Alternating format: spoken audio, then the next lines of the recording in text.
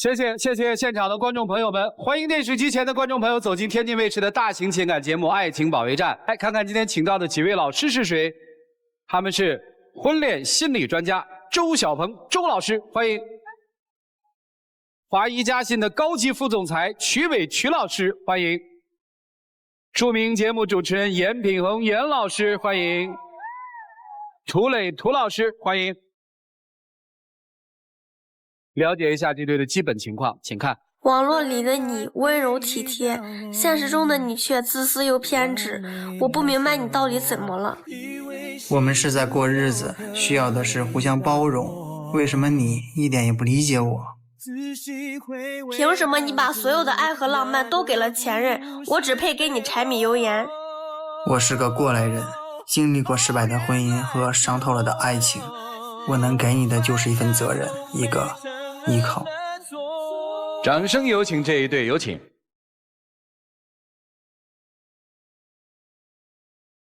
吴先生31岁，来自河北，司机；韩女士25岁，来自山东，老师。有请韩女士，有请。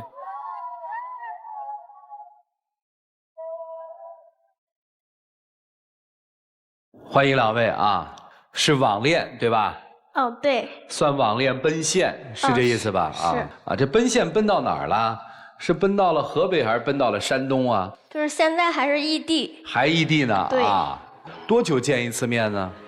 就基本上我放假就去找他。哦，也就是假期的时候才找他。对啊，你们这种异地谈了多久了？1年多。在一起的时间统计过吗？在一起基本上也就1个月见个2、3回吧，得看放不放假。哦，主要是得等你的假期，是吧？他经常过来找我，然后就是我因为工作的原因嘛，没有休息然后他是老师，然后节假日然后就过来我这边。您这司机是长途司机，货运大车那种货运车，大车挺辛苦的。是。资料上面说您曾经离异过是吧？是有一段失败的婚姻，是在09年然后刚开始我们是互相不了解，然后也是太年轻，然后仓促的结婚，然后1年的时间又离婚了。所以这个认识了之后挺珍惜，是这意思吧？对。今天来是为了什么呢？我和他不是在网上认识的嘛，然后就发现网上和现实生活中他是像2个人。他在现实中吧非常自我，所以我又想分手。网上是什么样的人啊？网上就是那种非常体贴、非常那专一。他有时候也会给我讲他那个前任的事儿，然后怎么对他前任怎么好。我寻思吧，就是他到时候跟我在一起，肯定也能这么对我，特别体贴，还懂浪漫。然后在现实生活中嘛，相处起来我就觉得有点不太一样。不一样了。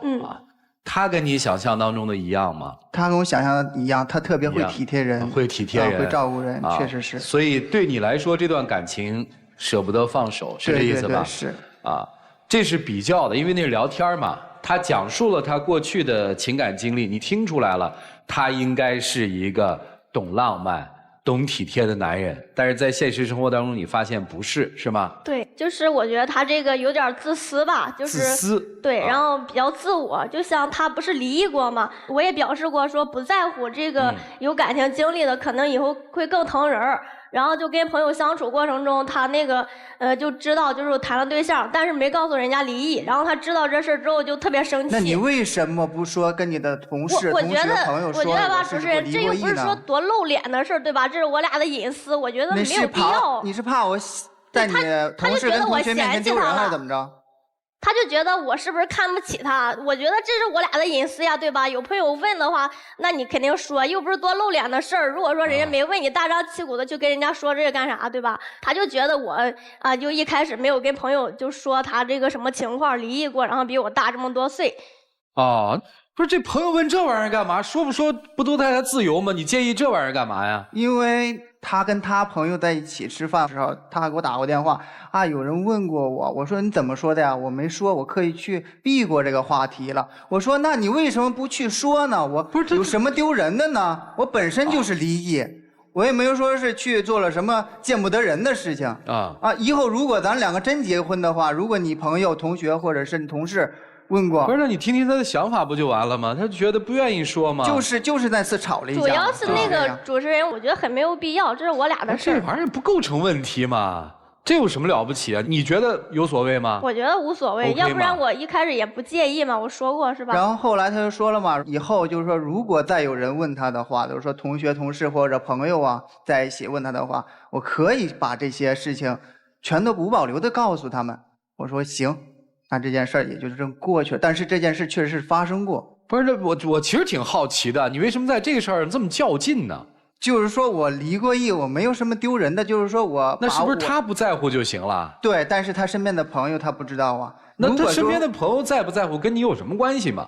如果以后我们两个真的结婚了，在一起了然后就是说你之前没跟我说你男朋友离过异啊，那跟不是有什么关系吗？影响你们俩的生活吗？不影响，但是那不就完了吗？我觉得好奇怪的一件事儿，就两个人会为这事儿较劲啊。我们往下听，所以你的判断是他挺自我的，对吧？对，他觉得自我感觉非常好。然后我不是基本上放了假去找他嘛，也挺累的。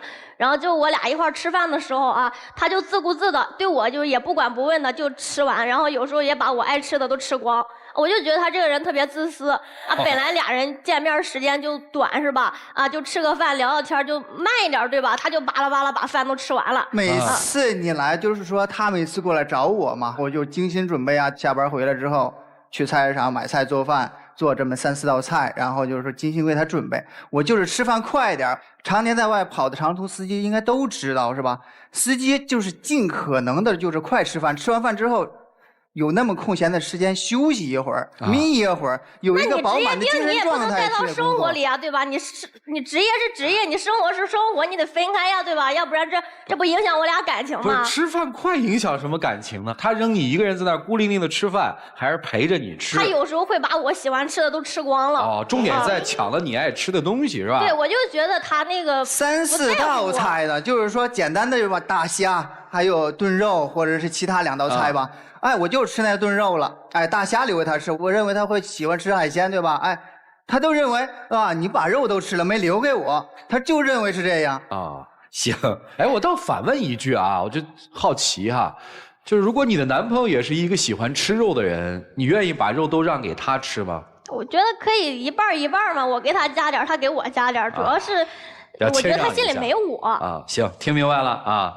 还有啥呀？就是七夕节的时候吧，我这个人是比较那种浪漫主义，然后有点生活仪式感，我都是给他那个提前1周准备好礼物。如果说放假呢，我就给他送过去；如果说没时间，我就给他寄过去。但是他每次收到礼物之后吧，可能想起来临时下单再给我送个啥，我就觉得这不是心里没我吗？你说你过节都不跟我过，对吧？我确实是忘了，我也向你道歉了。然后后来我也把礼物给补上了。你说我一个长途司机，30多岁的人是吧？长期在外，凌晨4点钟起床，然后晚上7、8点钟回来。你们在上网聊天的时候，你们在玩游戏的时候，我可能就在扶在方向盘，在马路上在跑呢。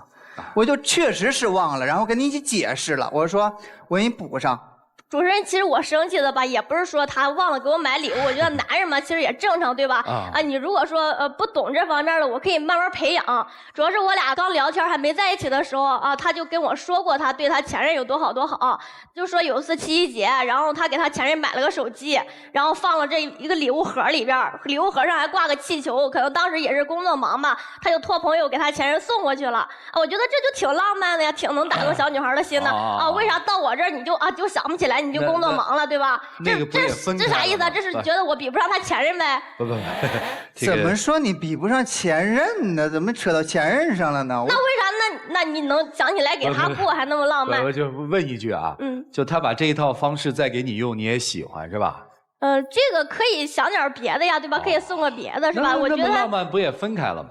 但是我这个年龄还是想就是那种比较小浪漫、小惊喜的，对吧？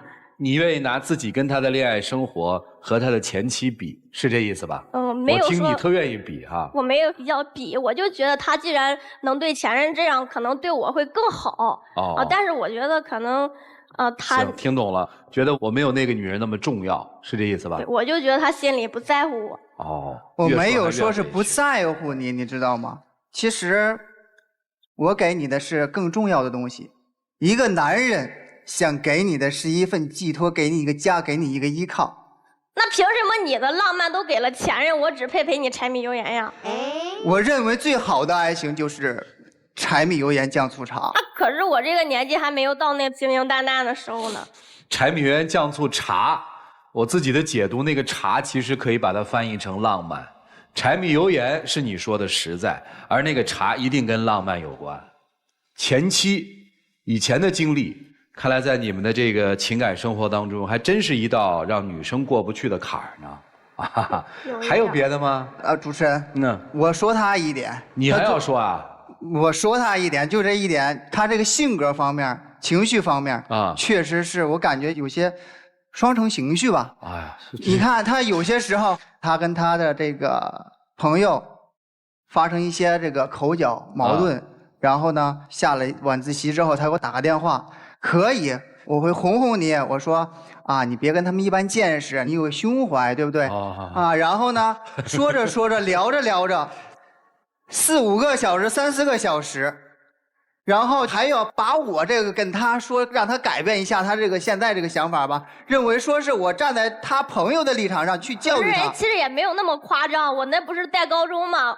然后那个晚自习下的晚，一般到9点20了。你说那个我教的学生都比较大了，想法比较多，有时候可能会惹你生气啥的。你说总不能对人孩子、对人学生、对人家发泄吧？我就给他说，然后他就一直让我改，你哪不对？那我找你聊天是想让你站在跟我一个立场上的，我又不是来找你了呀，我没有又不是来找你断案的，对吧？那你哄好了吗？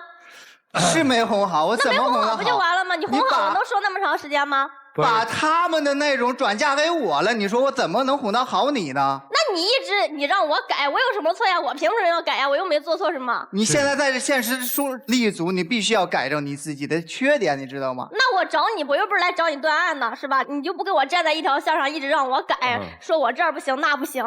不是你希望听到的是什么？就是说，站在我这个角度帮我发泄一段啊，他就觉得啊，我是跟包公一样，我断案，你这儿哪不行，他哪不行。那谁？挺冷。对，我就后来每次打电话4、5个小时，每次打电话3、4个小时，你也知道，我每天早起凌晨4点钟我都起床，5点钟到单位，然后出早车我都走。你也知道，我陪你到晚上凌晨12点、11点。那你出早车4点，那我有早读，我基本上也5、6点起来盯脑子呀，我还教语文呢。每次我都跟你说，我说你下晚自习吃饭了吗？9点多钟你吃个夜宵吧。啊，然后我说不吃。我说那你早点休息，明天还要上早自习，不睡。然后你说那你能怪我吗？你不为我考虑吗？我双手扶在方向盘上边，我这睁着眼睛，我这上路了。你给我打电话，满满的负能量。我在路上，我安不安全？你不为我考虑吗？男生是觉得女生不体贴吧，并不叫双重性格嘛。他确实有更……可是刚才你一开始的时候，你可说到了这个女生对你很体贴，确实是有啊。最让我感动的是什么呀？7月份有一个交通意外，下了班之后被车给撞了。然后撞挺严重，粉碎性骨折。然后他听到这个消息，就是立刻马上就是我请了假过去陪他，然后也添了手术费什么的。是那时候就是说，钱不够嘛，然后他也是拿些钱过来，没日没夜，1天24小时的照顾我。父母在家，在老家也没就是说是及时的过来，也不想让父母担心。但是我一个电话，然后就。二话不说，想也没有想啊。他有他情绪要宣泄的时候，你觉得他是一个两面性的，或者用你的话说叫双重情绪的人。但是你需要他的时候，他又把那面暴露给你的时候，你从来不嫌弃这一面，对吧？所以立体的人就是这样嘛。他有他让你讨厌的那一个角度，也有他给到你温暖，让你很暖和的那个瞬间。所以人就是全面的嘛，大家如果这么在爱情当中彼此去挑对方，哪有一个什么完美或者完善的人啊？他有他心里的压力，他认为在你们日常的沟通过程当中，可能沟通的不是那么好，给他带来了一些心理上的不舒服，但是他还是喜欢你或者叫爱你的，对吧？啊，是。那您还有什么不满意呢？对他？他挺高的，然后他就经常说我本身个子也不高嘛，说那个说你又矮又胖，你那腰也粗，然后说你看我朋友他女朋友多漂亮多漂亮，那你说我这个子就已经定型了，我总不能去接骨是吧？是。然后他说我腰粗，我就从那网上买那种束腰带，然后那个白天晚上的带着。确实有点效果，然后那后来那裤子都小了一码。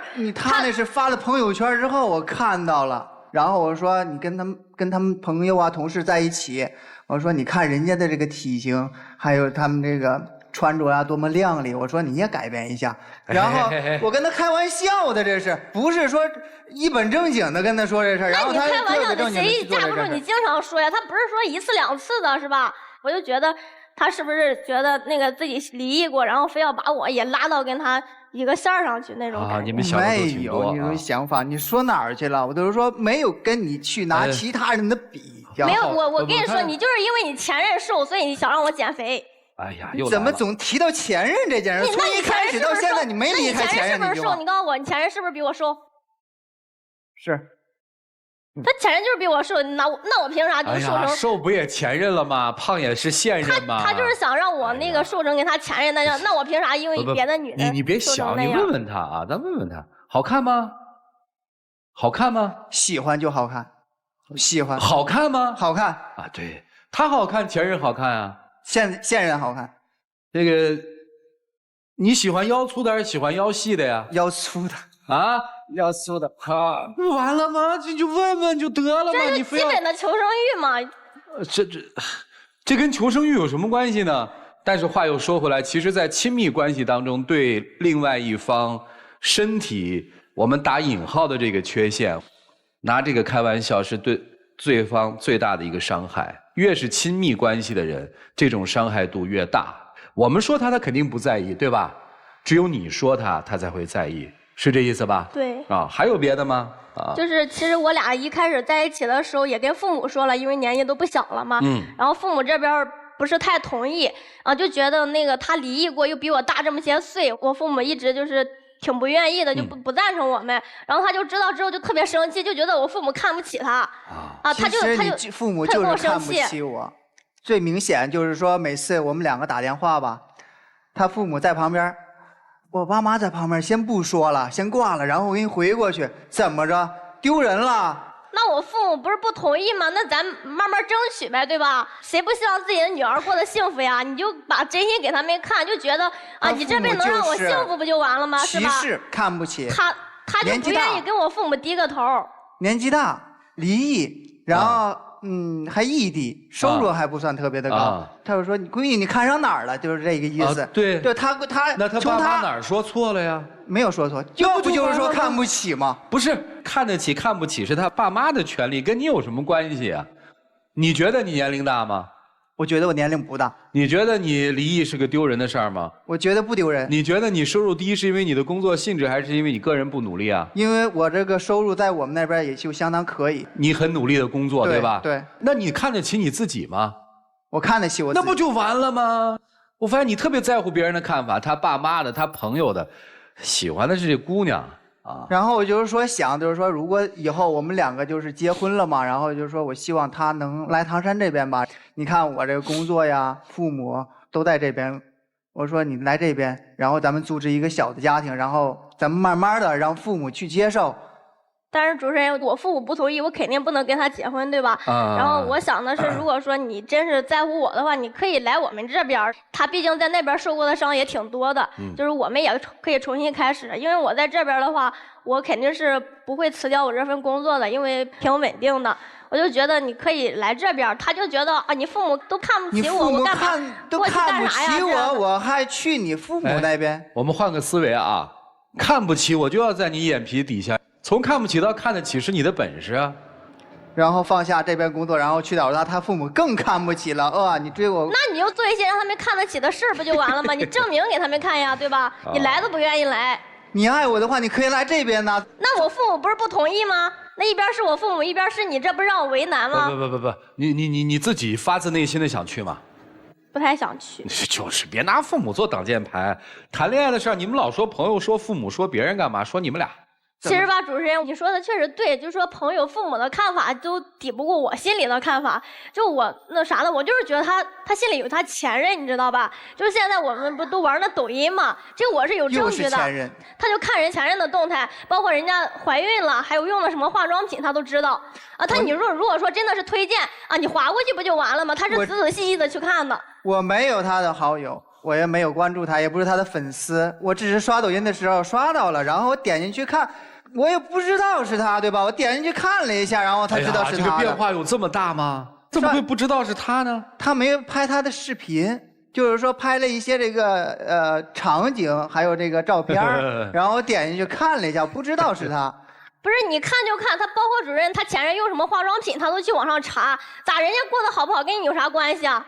我觉得吧，他心里就是放不下他前任。你就承认吧。不是你都不打算跟他谈了，你管他有没有放下呢，对吧？你让他承认这干嘛呀？我就是想弄个明白，对吧？不是弄明白啥呀？就是他心里都是跟我在一块儿的时候，到底是不是都是100%？你觉得他有你吗？有。你觉得他是100%吗？不太纯粹。哎呀，他总拿前任说事儿，然后总说我是忘不掉前任。哎，他对你是100%吗？是。你觉得他心里都是你吗？有我。你愿意为跟他在一起做努力吗？比如说就去他们家工作什么的，愿意吗？如果日后真的走到那一步的话，你指的真的走到那一步是指什么？结婚。啊，如果不结婚，就为了结婚而去，你去吗？不会，不会。其实个人都在个人自己的一个小圈子里转，是你要对我好，然后就会比我是这样对你的。而且所有的比都是用自己的最长板和对方的最短板比较的结果就是我好委屈。女生的考虑说，你必须得赢得我的芳心，做出了努力我才会嫁给你。男生的考虑是，你不嫁给我，我为什么要付出那么多的努力？好像在这个情感当中大家都藏着一手。下面请我们的老师帮你们进行一些梳理，我们一起进入丘比特问卷。我特别想对男生先说一个，我觉得到现在为止，你31岁了，你有过婚史，有过恋爱史，可是你不懂爱，因为你根本不懂女人要什么。姑娘说了那么多话，其实她说的就是态度。我刚刚听你们说话，我总结了3个态度，我个人认为女生都想要的。第一个态度是我们不能接受男人的敷衍，第二个是我们不能接受男人的没耐心，第3个是我们不能接受对方对我们的嫌弃。我相信你也不能接受一个女人对你嫌弃，对你没耐心，或者说对你很敷衍，她父母不接受你。如果你有了孩子以后，我相信你也不愿意接受，是因为你也希望你自己的孩子嫁得好，或者娶得好，这是父母的本能，因为我们爱孩子。所以我们本能只是看条件，因为我不了解你这个人，那你如何能让我了解你？是需要接触的。你不愿意去对方那儿，你跟这个女生说，辞了你稳定的工作，过来跟我生活，你怎么养她？你根本都不让她父母见你，你也不去见父母，你就想把这个女孩拐走了。我要是作为她的父母，我肯定会恨死你的。你内心当中，我的感觉，你本身对自己有一点嫌弃，否则你不会说，你告诉给别人我是离异的，你告诉给你父母我就这个条件。看不上自己的人怎么能看得上自己选择的爱人啊？那还有另外2个关于耐心的问题。女人就是有时候很啰嗦，她可能就想向你宣泄一下情绪，听听就好了嘛，安慰一下就好了，然后你反而在指责她。所以你跟他一点耐心都没有，不是你想睡觉了，是你觉得你好烦，我不想跟你说话。那当然最后关于敷衍的事情，我会觉得你们2个女生，我在说她，其实也在说你，因为刚刚她说了大货司机的方向盘是人命，你明明知道他早上4点要起床，你明明知道他是长途大货，一个打盹儿，可能不仅他的车没了，还会连带别人的命没了。你明明都知道，但是你们从来不去关心对方，因为你们的耐心都在于你要关注我，而我不会去关注你。刚才有一个细节，男生我觉得我要是作为这个女生的话，我会觉得很没有家的温馨感。的确，司机的习惯就是吃完饭很快走掉了，但是如果一个爱的人在你面前，你不是更想在这个地方跟他说话吗？因为你们总共1年才见2、3个月的面。所以女生，如果你想清楚了，一个男人给不了你对爱负责任的态度，他敷衍你，他对你冷淡，他或者嫌弃你，这样的爱人宁可不要。但同样，我对男生来讲，如果你认为你想要的家是一个温暖的家，那就重新把你的态度改变一下。谢谢。好，谢谢周老师。我其实认为他们现在的爱是错位的，这就产生出了男生觉得女孩是有双重情绪，而女生是觉得谈恋爱和现在真正开始之后完全是2个人。那所有的这些错位其实都是出于一个原因，就是没有互相了解。异地是一个问题，但异地不是最大的问题。其实你们对现在的爱情的期望是完全不一样的。女生觉得男生应该是浪漫的，因为在网上聊天的时候说起他之前的过往，那是一个多么浪漫的人，但实际接触之后呢，发现是如此的现实。而男生呢，你出车祸那是一个非常态的事情，所以在那种极端的情况下，他是体现出了体贴的那一面。但真正常态当中的生活表现，他是体贴吗？他要体贴，怎么能可能计较你说一顿饭我先把肉吃了，我吃饭速度快？体贴怎么会不能关注到你其实你内心觉得离异是一个自卑点？你其实是这样的，种种这些他体贴你了吗？没有，因为你们对爱情未来应该发展的方向完全是不一样的。你觉得已经可以进入现实了，我不浪漫你也应该去理解，因为你体贴。恰恰他不是，他认为他现在处于的恋爱阶段应该是浪漫，之后才能是现实。而正是因为你们双方的这种不了解，以及对自己各自爱情的方向期望的错位，导致现在其实你们是各站在一端。所以我觉得你们还要继续深入的了解，真正能够发现对方真实常态中的现实当中的那种状态，这个人是否与你期望的那个人是一样的。如果是，就可以走下去；如果不是，我觉得及早分开对你们双方都是有好处的，就是这样。好，谢谢曲老师。我觉得其实你们2个人都是站在自己的角度和立场，拼命的在指责别人。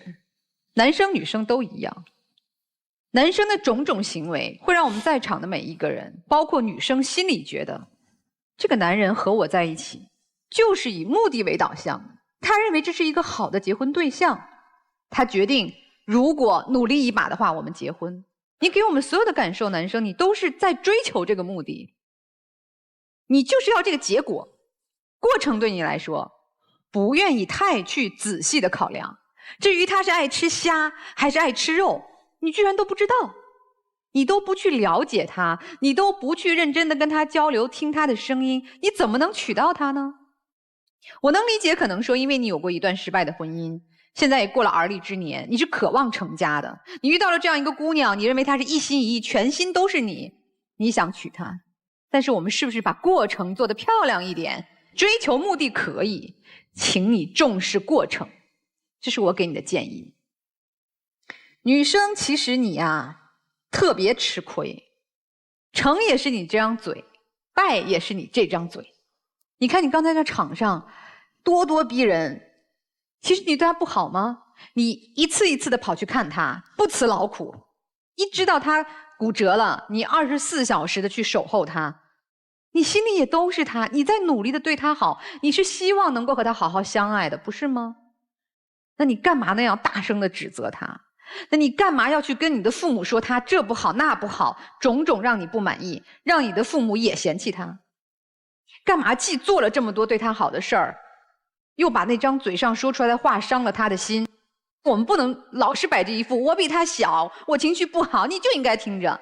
那这样只能让2个人越走越累。你一方面要知道我有情绪了，男朋友安慰我，一方面也要自知我要努力控制自己的情绪，把幸福快乐带给他。所以我希望你们在不断的调整中前行，一起努力吧，好吗？这是你们成长的重要一课。谢谢。好，谢谢杨老师。抖音上是不会莫名其妙的刷到一个熟悉和认识的人，要么就微信当中有他的联系方式，要么就通讯录里面有他。是，所以你不可能莫名其妙刷到他，你肯定是有目的的刷到他，所以不要撒谎。因为刷到的时候上面行了，不解释了。说一句话，你们要记住：结婚要慢，离婚要快。但很多人搞反了，结婚很快，闪婚，离婚却很慢，离不掉，拖拖拉拉。所以此时此刻对于你们来说非常重要。男生从上场开始，语言一直暴躁，说话没有一点宽让之心，根本不像一个有过一段婚姻，并且比对方大上6岁的男人。只有说到一段的时候，声音柔软了下来，就是骨折，他来照顾你的那一段。这个举动说明，其实你只想从对方身上找温暖，却对对方没有宽容之心。第二，你跟他之间没有任何的浪漫，你也不愿意做出一点浪漫，哪怕是装装样子。但是事实上，你在第一段婚姻你是有浪漫的，但为什么在他身上不愿意？不喜欢。你口口声声说你不跟你的朋友说我曾经的历史，事实上谁在乎自己过去的历史？谁知道？是你在乎，不是别人在乎。你说他腰粗，你说他不好看，你说他胖，你说的都是真话，因为你不喜欢他。所以从你所有的行动，我的判断是，你跟他在一起不是谈恋爱，你只是找一个能够给你温暖的结婚对象。希望他年轻一点，不要比前任差太多，但是你根本不想在这个女人身上付出谈恋爱过日子男人应该付出的浪漫、细心和关怀，你根本不想付出，你只想索取。女生的行为举止相对正常，喜欢跟对方的前任前妻去比较，是所有女人的通病。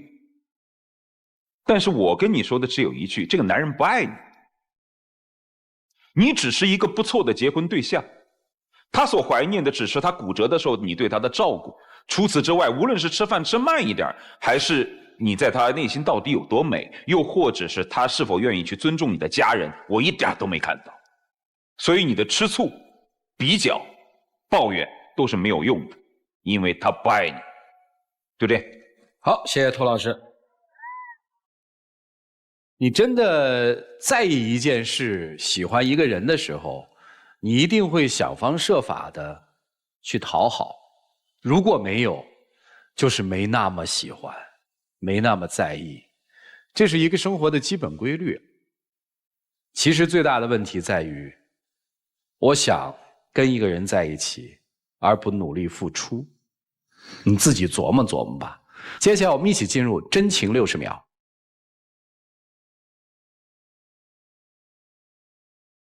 小雪，我确实想跟你在一起，我也是发自内心的想跟你在一起。通过咱们这段时间一起相处，你为我付出的，我都能看到眼里。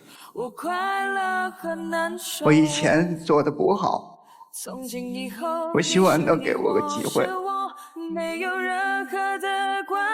我会好好的爱你。对不起。我现在心里边特别纠结，我觉得我再考虑。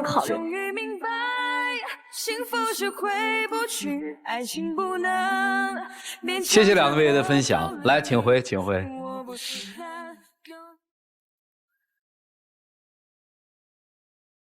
来，请关门，来看看这对年轻人他们自己的选择是怎样的，请开门。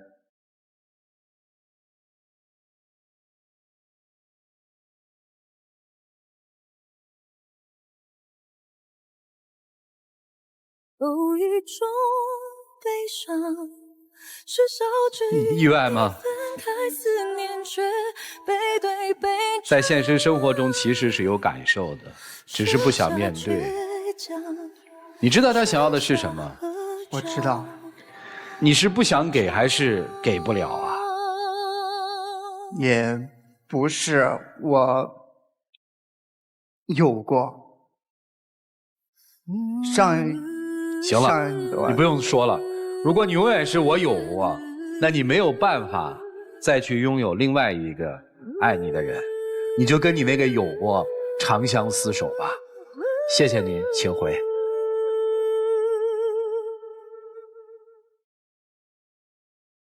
成为彼此的路，多向往，怎会失去方向？最后这2个字叫有过，一下就都凉了啊！这心一下就都凉了，似乎好像还活在那一段所谓有过的情感里。如果你还有的话，唯一的建议就是，当它没了的时候，你再开始一段新的感情。来吧，了解下一对嘉宾的基本情况。各位请看。我跟他刚在一起的时候，我觉得他又帅又乖又讨我喜欢，可是他现在变得跟孩子一样任性。认识他之前，我活得挺傻的，天天就知道怎么玩。我为了他改了很多缺点，可是他一点都感受不到，还越来越不爱我。他的性格就是被家里宠坏了，他觉得所有人都要顺着他，但是现在我已经忍受不了他总是在胡闹，我现在心真的很累了。我现在在他面前怎么做都是错的，我越是努力爱他，为他去付出，他越是不珍惜。我希望他能够把心思放在我身上。掌声有请这一对，有请。小何26岁，来自四川，待业，有请小何，有请。小李25岁，来自四川，平面模特，有请小李，有请。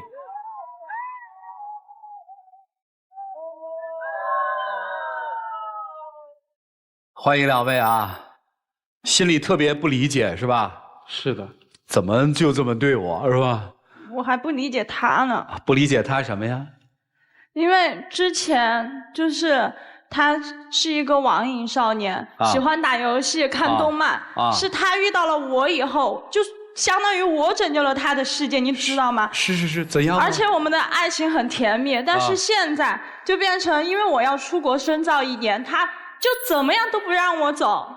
就想尽办法的来折腾我、折磨我，但是我心里觉得这可能就是我对他的亏欠，我1年陪伴不了他，我就应该这个样子去做。但是后来我觉得很疲惫。对，所以不着急嘛，咱们把事儿从头开始说嘛。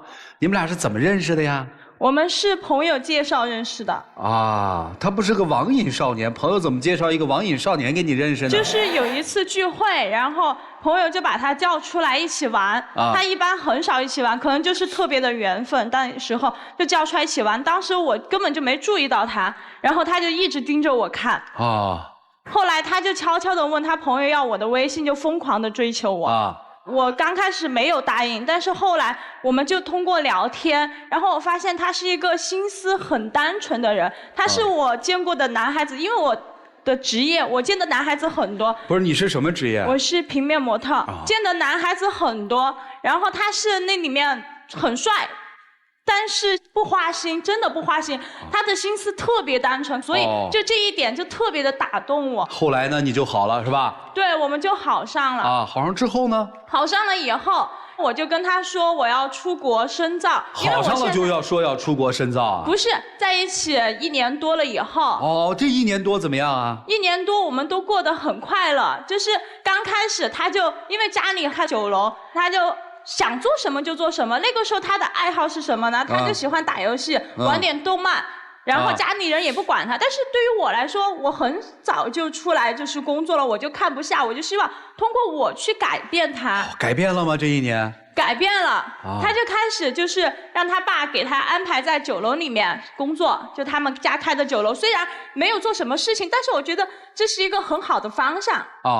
就到自己家的酒楼上班了游戏也不那么打了，是这意思吧？这1年过得挺好吗？但是半年前我跟他讲我要出新加坡去，因为我已经25岁了，我必须按我的人生规划就是要出去深造1年。去呗。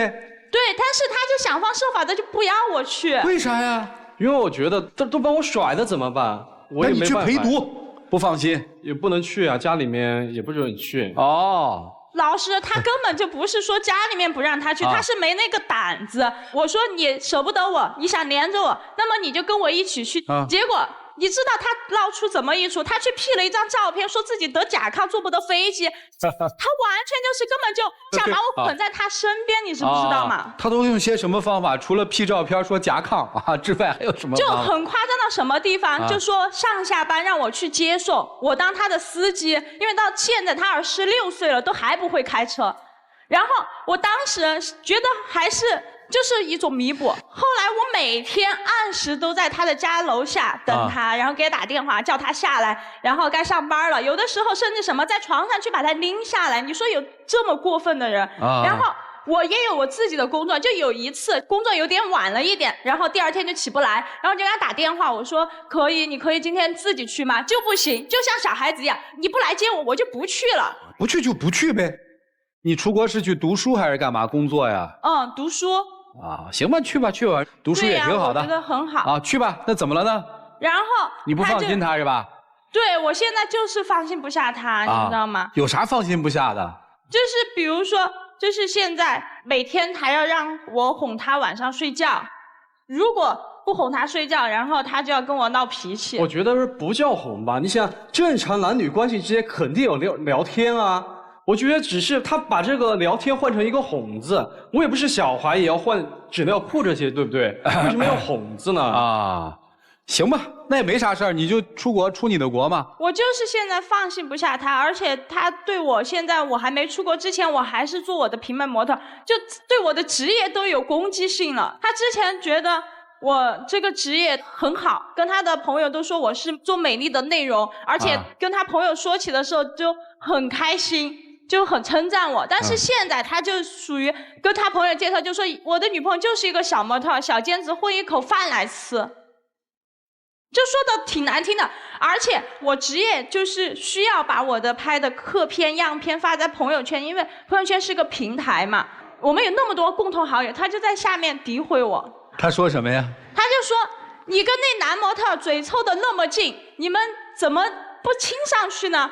他还问我，他说昨天你搭的那男模特，他的身上的香水味是什么香水味？他问我。难道我怎么问你？难道你们应该更亲密一点，靠在一起，这样更显甜蜜，是不是啊？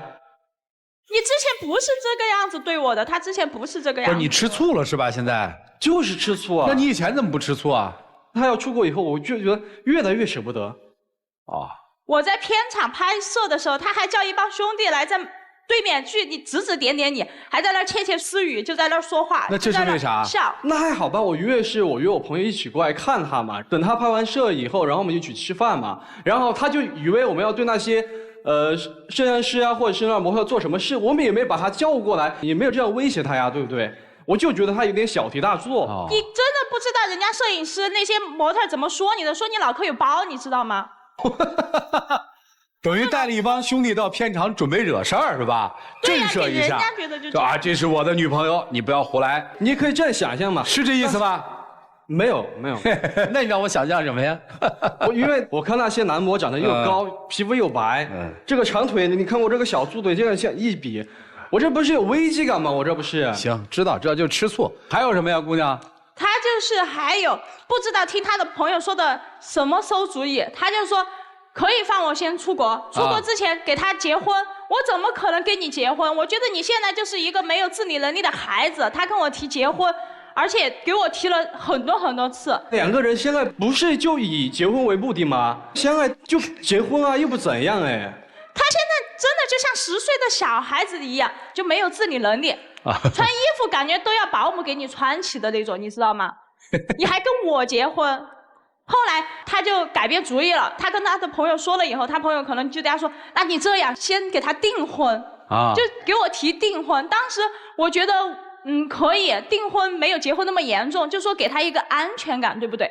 然后我们就说订婚嘛，然后我就提了一个很小的要求，我说订婚的布置的场景啊，或者是说送我的礼物，比如说戒指也好，就凭你自己的能力去赚取。我就提了这个很小的要求，而且希望他的这个场景的布置是希望用他的真心。只是你听我说嘛，他有这样的要求，要我半年以内完成这个他的要求，然后我把这个半年做短程半天，我给他完成了，然后照他的要求有鲜花、有戒指、有布置，求婚礼的现场全都给他布置好了。结果他到现场一看，转眼就走了，然后让我和兄弟然后就是傻眼在这儿。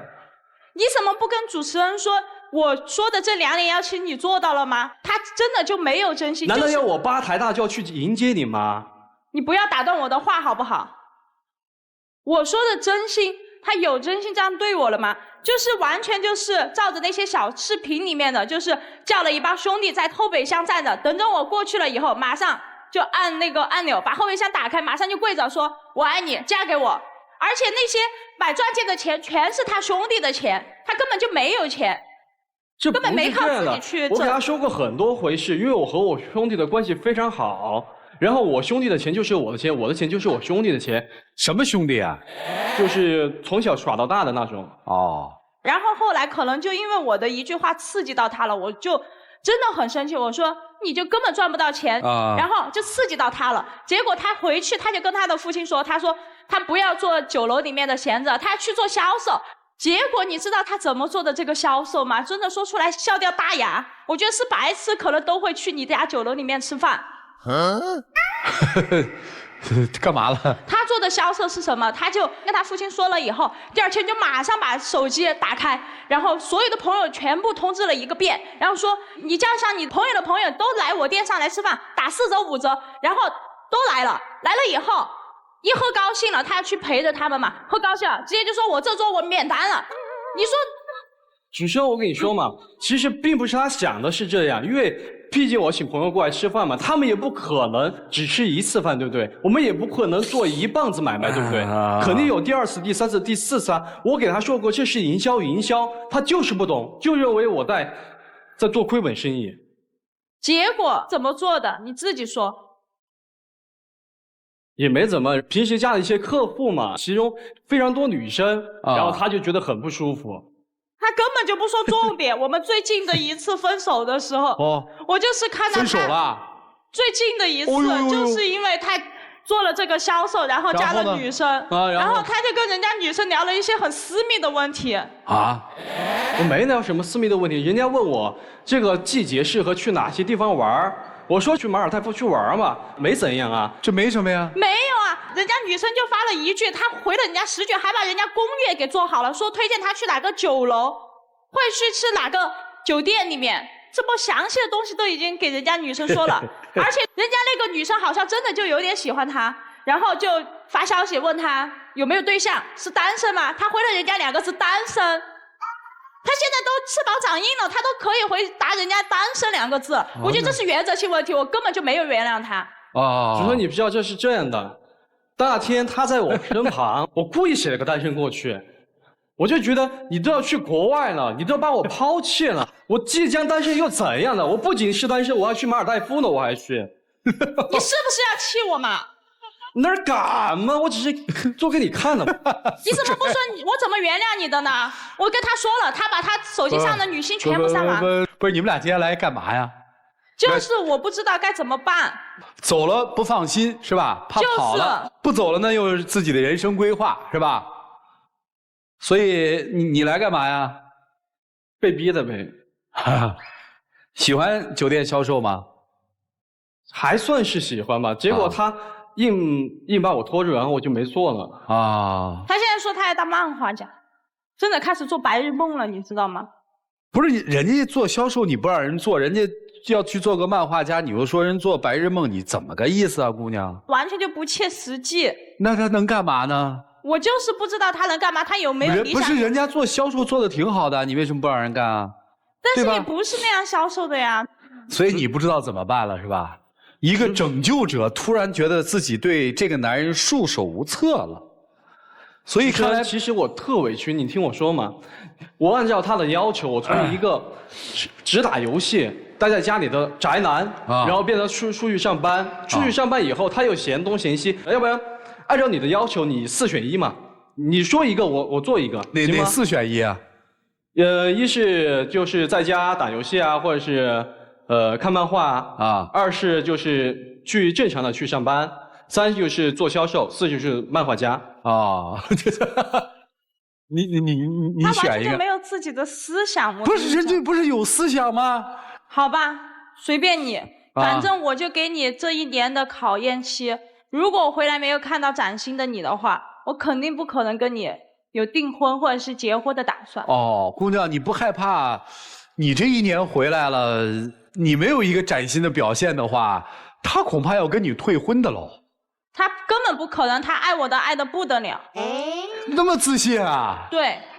哎呀，是吧哈？确实啊，离不开他，就是舍不得他呀。哦，然后怎么也拦也拦不住啊！别去了吧，别去了吧。不，我要去的。我爸妈说了，不是你不也挺任性的吗？要去。行，那你来我们这儿干嘛呢？我就是希望你们能够改变一下他。怎么改？就是让他找到自己的事情做，不要那么幼稚，像个孩子一样长不大。我觉得我就很成熟。哦，就以你为楷模，对吧？最好跟你去新加坡，这是最好的。我如果一个人去，我真的放心不下他。行了，你就直接说吧。你也不放心你男朋友，你直接说不就行了吗？对。行了，老师们，你们看看这段感情应该怎么办吧？一起进入丘比特问卷。红娘想问，你想他长大吗？我想他长大。你根本不想他长大，他要长大他就飞了，而且他飞得比你还快，比你还远。但是他迟早都要长大呀，老师。是啊，所以他长大肯定会飞的。打游戏对吧？大学毕业，对，还打了几年？打了1年多。别人在进入社会打拼的时候，你却全部用来打游戏，为什么呢？我相信在小的时候，你爸你妈很忙，可能没人管你，你很喜欢有一个人能管着你，而他可以像司机一样接我，可以管我衣服，管我吃喝拉撒，然后管我起床，就特别像我妈妈一样。所以你把他完全当妈了，你不是把他当女朋友。所以他说什么你听什么。但是男孩，我想告诉给你的是，你如果一直听他的，其实你还是一个没有思想的人。你无非是从玩游戏变成了去祸害你爸你妈的酒楼，你把你酒楼当游戏在打，打输了无所谓，不是你亏，你爸你妈亏，打赢了，哎，你就会觉得看我好棒啊。所以你到现在为止，看起来你从游戏跳脱了，但是你还是没有成为一个真正的思想独立的人。那同样你也是一样的，你把他当做了一个爹一样的，虽然他在生活上不能照顾你，但为什么我说他像爹一样？因为他能够随时随地陪着你。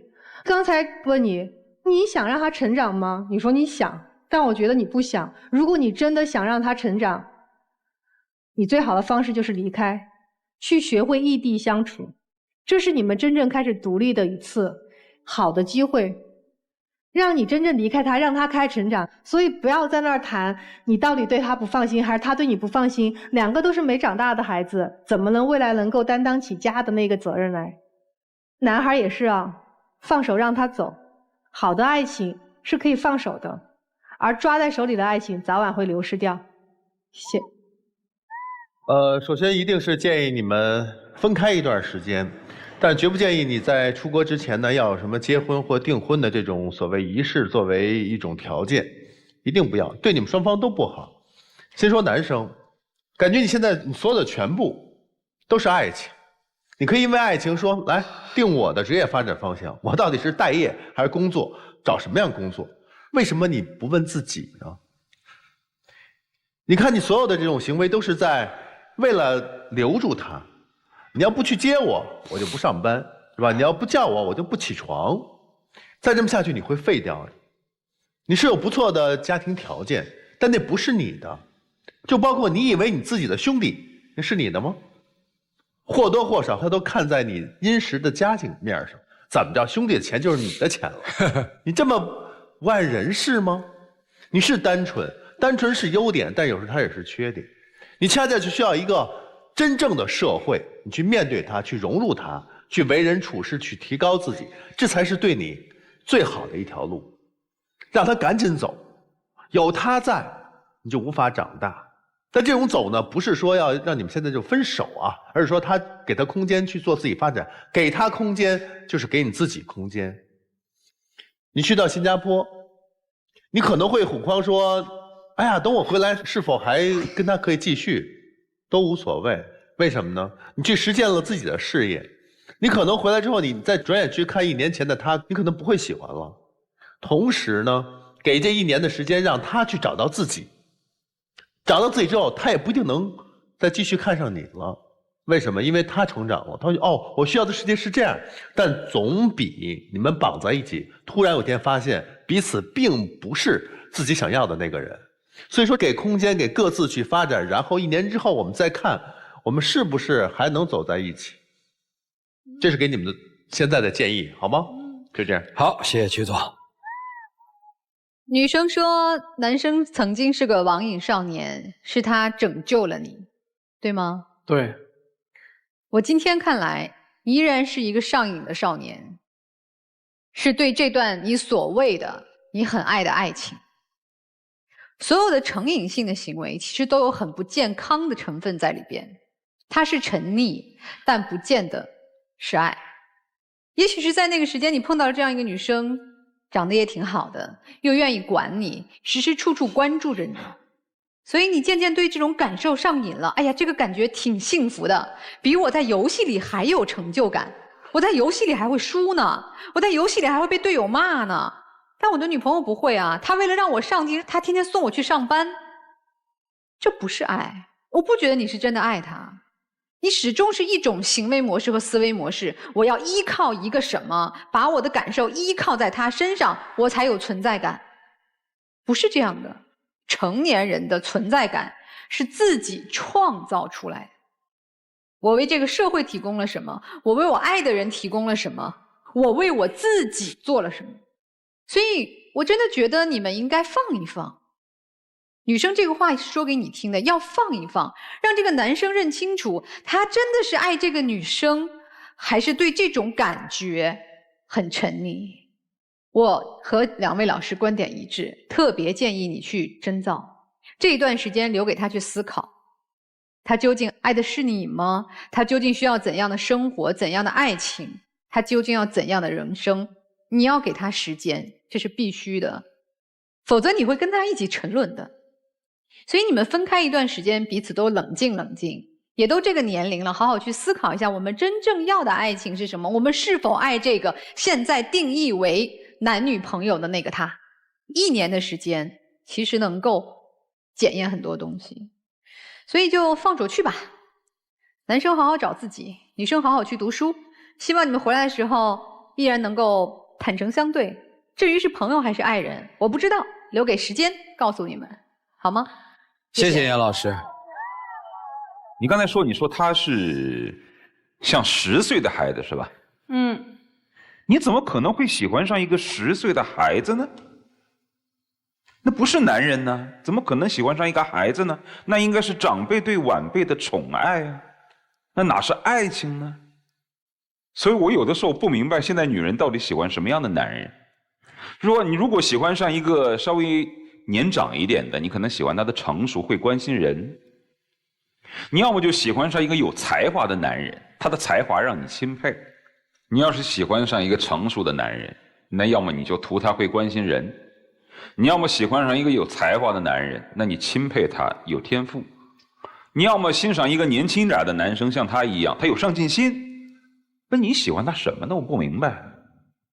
你怎么会爱上一个脑子里是10岁的孩子，肉体凡胎已经是20多岁的男人呢？你怎么可能会喜欢上这样的人呢？是他有问题还是你有问题？我不觉得。行，那你不觉得？那如果是这样的话，那我们的交流就是无效的。那你怎么高兴就怎么来呗。祝你们幸福。谢谢涂老师。4位老师给到了他们的意见哈。就在他们的眼中，这段恋情不是一个常规的一种爱，在这个爱的背后还有一些其他更复杂的东西。但是不管怎么样，对你们2个人来说，可能这就是一段爱。所以前路如何去选择，要不要参考老师们的意见，如何去做自我的调整和自我的成长，是你们更应该考虑的问题。接下来的时间就留给你们自己，让我们一起进入真情60秒。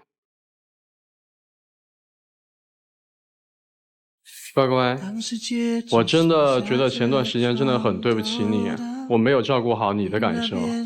经过这么长的时间，自从你说你要出国的时候，我感觉整个世界都塌了。我真的很舍不得你离开我身边，但是今天听了老师说的这些话，我感觉以前的想法很幼稚。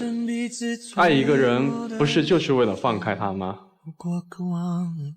所以我也不会阻拦你去国外。或许现在的离开可能是为了更好的重遇吧。我现在心里面很乱。好，谢谢两位，来，请回。请关门。接下来就来看看这对年轻人自己的选择是怎样的，请开门。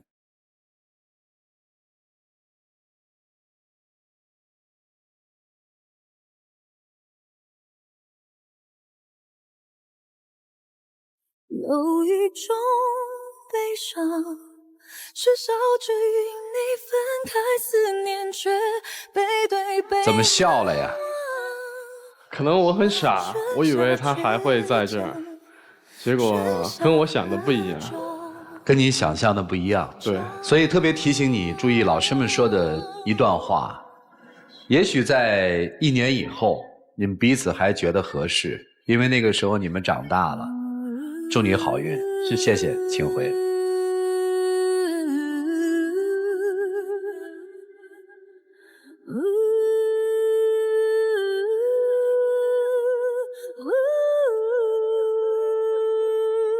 在今天的现场，我们看到了又一对年轻人的成长。女生在人生的十字路口，最终做出了一个抉择：先做一个自我的成长，然后再寻找自己想要的爱情。有网友提问说，我和他在一起6个月了，年龄也到了，我都想计划着和他结婚了。前段时间我得知他在老家还有一个女朋友，而且那个女生已经和他妈妈见过了，2个人相处的就像真正的婆媳。我想和他提分手，自己又不舍得，始终狠不下心。我想问问老师，我该怎么办？在一起6个月了，你都不知道他还有另外一个女朋友，那这样的人不分手还等什么呢？这是道德和底线的问题，一定要想清楚。祝你幸福。再一次的谢谢现场以及电视机前观众朋友的收看和陪伴，我们下期节目再见，谢谢大家。